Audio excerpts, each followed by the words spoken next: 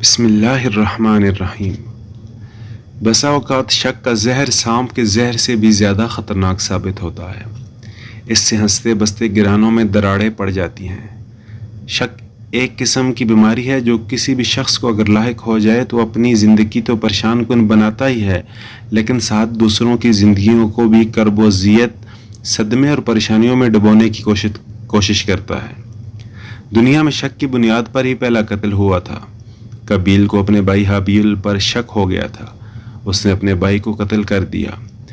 یونانی اور رومن ادب میں بھی ایسی کئی جنگوں کا حوال ملتا ہے جن کا آغاز ایک بے بنیاد شک پر مبنی واقعے کے سبب ہوا۔ نفسیات دان یہ کہتے ہیں کہ شک سے نکلنے کے لیے ہمارے پاس کوئی فارمولہ نہیں ہے جسے لاگو کر کے انسان کو شک و شبہ کی اذیت سے نجات دلائی جا سکے۔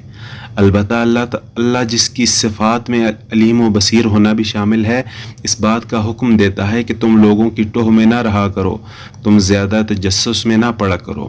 اس طرح جب آپ شک میں پڑتے ہیں تو آپ اس حکم کو یقیناً چھوڑ دیتے ہیں جو بڑے واضح انداز میں اللہ نے آپ اور ہم سب کو دیا ہے کہ ایسے جاسوسی لینے کے لیے CID کرنے کے لیے مت جایا کرو، ورنہ آپ کی زندگی عذاب میں پڑ جائے گی۔ آپ خود سمجھدار ہیں اور جانتے ہیں کہ شک کی کیفیت میں پوری بات ہاتھ میں نہیں آتی۔ انسان محض اندازوں کی بنیاد پر رائے قائم کر لیتا ہے اور پھر یہ شک اسے اذیت سے دوچار کر دیتا ہے۔ جو قومیں شک و شبہ سے یہ اندازہ لگا لیتی ہیں کہ میری سوچ میں فلاں مجرم ہے، غلط ہے، اور شک پر مبنی اندازوں سے تعلقات خراب کر لیتی ہیں، وہ ترقی کی دوڑ میں پیچھے رہ جاتی ہیں۔ ایسے ہی ایک واقعے کا ذکر عظیم دانشور اشفاق احمد نے اپنے پروگرام زاویہ میں کیا۔ وہ کہتے ہیں کہ میرے ایک دوست سعید اللہ جو نفسیات کے پروفیسر تھے اور لندن PhD کرنے گئے تھے۔ جب وہ PhD کر رہے تھے اور وہاں انہیں 3-4 سال ہو گئے تھے، اس زمانے کی PhD ذرا مشکل کام تھا، تو ان کی بیوی کے ساتھ عجیب و غریب حادثہ گزرا۔ وہ جب تہخانے میں نہانے کے لیے جاتی اور پانی گرم کرنے والا الیکٹرک راڈ پانی میں ڈال کر نہانے لگتی تو عین اس وقت ان کے ٹیلی فون کی گھنٹی بج اٹھتی تھی اور وہ دوبارہ سے کپڑے پہن کر سیڑھیاں چڑھ کے ٹیلی فون کا ریسیور اٹھا کر جب ہیلو کہتی تو انہیں کوئی جواب نہیں ملتا تھا، اور ان کے ساتھ یہ واقعہ تقریباً ہر روز پیش آتا تھا۔ اس پر پروفیسر نے وہاں کی پولیس کو اس بات کی اطلاع کر دی اور پولیس نے تفتیش اور تحقیق شروع کر دی۔ جب ان کے دوست پروفیسر صاحب کی اہلیہ نہانے کے لیے نیچے گئیں اور انہوں نے نہانا شروع کیا تو گھنٹی بجی، پولیس والوں نے فون اٹھایا لیکن کوئی جواب موصول نہ ہوا۔ پولیس اس حوالے سے تحقیق جاری رکھنے کا کہہ کر چلی گئیں۔ اب پروفیسر نے اپنے تئیں بھی کچھ تفتیش کی تو ان کو لگا کہ ان کے سامنے جو مکار اور موٹا آدمی جس کی ٹانگ کٹی ہوئی تھی رہتا ہے یہی فون کرتا ہوگا، اور وہ تھا بھی کچھ بدتمیز قسم کا۔ چنانچہ پولیس نے بھی اس کے نمبر پر پہرا بٹھا دیا، حالانکہ وہ شخص فون نہیں کرتا تھا۔ پولیس نے ایکسچینج سے بھی پتہ کیا لیکن وہاں سے پروفیسر صاحب کے نمبروں پر کوئی فون کال آنے کی تصدیق نہ ہوئی۔ لندن کا یہ واقعہ اتنا مشہور ہوا کہ ذرائع ابلاغ کی خبروں کی زینت بن گیا۔ ہر چھوٹے بڑے اخبار صبح دوپہر کے اخبارات میں اس بات کا ذکر ضرور آتا تھا۔ ایک عرصہ تک وہ ملزم گرفتار نہیں ہو سکا اور اس عجیب چور کا پتہ نہیں چل سکا جس نے پروفیسر اور ان کی اہلیہ کا چین چرا لیا تھا۔ چنانچہ سب تھک ہار کے بیٹھ گئے۔ پروفیسر صاحب کی بیوی نے کہا اب اس ملک میں نہیں رہنا اور انہیں یہاں سے چلے جانا ہے، کیونکہ یہاں کے لوگ بدتمیز اور بدمعاش ہیں اور ان کا انداز زیست شریفوں والا نہیں ہے۔ پروفیسر صاحب نے کہا کہ میرا تھوڑا سا کام رہ گیا ہے، وہ ختم کر لیں تو چلتے ہیں۔ ان کی بیوی نے کہا کہ دفع کرو، کہ PhD کے بغیر زندگی بسر نہیں ہوتی۔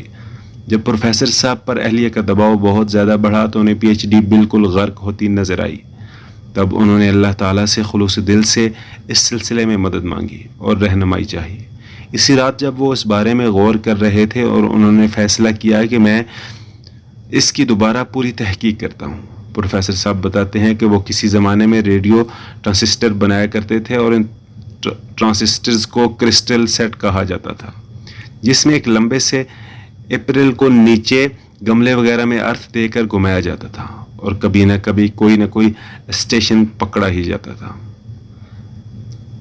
یہ سن 37-38 کی بات ہے۔ انہوں نے اپنے الیکٹرونکس کا علم جتنا بھی تھا اسے بھی استعمال کیا۔ چنانچہ انہوں نے اس فون بجنے کی آواز پر کان رکھے اور جو ہی نیچے ان کی بیوی نہانے کے لیے گئیں انہوں نے آواز دے کر کہا بیگم راڈ لگا دیا؟ جب آواز آئی ہاں تو پروفیسر صاحب نے کہا دیکھو ابھی گھنٹی بجی، اور عین اس وقت گھنٹی بج اٹھی۔ اس پر پروفیسر صاحب نے تحقیق شروع کر دی اور 6 دن کے اندر اندر انہوں نے چور پکڑ لیا جو ساری لندن پولیس اور ساری کانسٹیبلری سے پکڑا نہ جا سکا تھا۔ وہ چور پروفیسر صاحب نے پکڑ لیا۔ چور یہ تھا کہ جب وہ بجلی کا راڈ آن ہوتا تھا اور پانی ابالنے کے لیے اس میں ڈالا جاتا تھا تو عین اس وقت ہی گھنٹی بجتی تھی۔ غور کرنے پہ پتہ چلا کہ جس بجلی کی تار سے راڈ منسلک تھا اس تار کے قریب سے فون کی تار نیچے زمین میں سے گزرتی تھی۔ جو ہی وہ بجلی کی تار ہیٹ اپ ہوتی وہ فون کی تار کو بھی انرجائز کر دیتی تھی، اور اس وجہ سے فون کی تار کرنٹ محسوس کر کے گھنٹی بجانی شروع کر دیتی تھی، اور اس میں کوئی آدمی ملوث نہ تھا۔ پروفیسر صاحب کہتے ہیں کہ جس کرب کی حالت میں انہوں نے وہ پورا سال گزارا تھا وہ خود جانتے ہیں یا ان کی بیوی جانتی ہے۔ اس طرح کے واقعات حیات انسانی میں گزرتے رہتے ہیں اور اب بھی گزر رہے ہیں، تو اس عذاب سے نکلنے کے لیے روحانی طور پر اللہ سے مدد مانگی جا سکتی ہے، کیونکہ اس نے شک سے منع فرمایا ہے۔ ہم اللہ سے مدد مانگ کر اس قسم کے کربناک مرض سے باہر نکل سکتے ہیں۔ اگر کبھی آپ کو ایسی مشکل درپیش ہو کہ ہم شک و شبہ یا ظن میں مبتلا ہو جائیں تو پھر اللہ کی رسی کو مضبوطی سے تھام کر اور اپنا آپ سارے کا سارا ڈھیلا چھوڑ کر خود کو اس کے حوالے کر کے اس کا حل تلاش کریں، تو اس کا حل تلاش کرنا ممکن ہے۔